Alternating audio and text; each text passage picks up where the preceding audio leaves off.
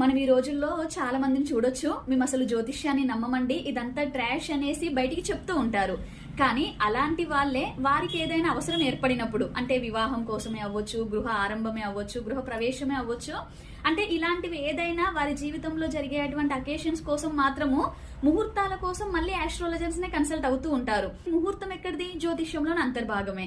మరియు వారి వారి జీవితంలో చాలా పాజిటివ్స్ మార్పు రావడానికి జ్యోతిష్యంలో అంతర్భాగమైన రత్నధారణ కూడా చేస్తూ ఉంటారు. ఇన్ని చేయడం చేస్తూ ఉంటారు.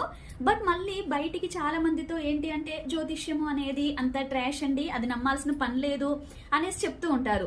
కానీ ఎప్పుడైతే అలా ట్రాష్ అనుకున్నప్పుడు ఏంటి, మనం అదే విధంగా ఏది ఫాలో అవ్వకుండా వెళ్ళగలిగినప్పుడు అవతలి వాళ్ళకి అలా చెప్పాలి. కానీ ఫాలో అవుతూ కూడా అవతలి వాళ్ళకి అలా చెప్తున్నామంటే ఇక్కడ వినేవాళ్ళు చాలా జాగ్రత్తగా ఉండాలి అని అర్థం. ఓకే, వారు ఫాలో అవుతున్నారా, ఫాలో అవ్వట్లేదా, మనల్ని ఫాలో అవ్వకుండా చేయడం కోసం అలా చెప్తున్నారా?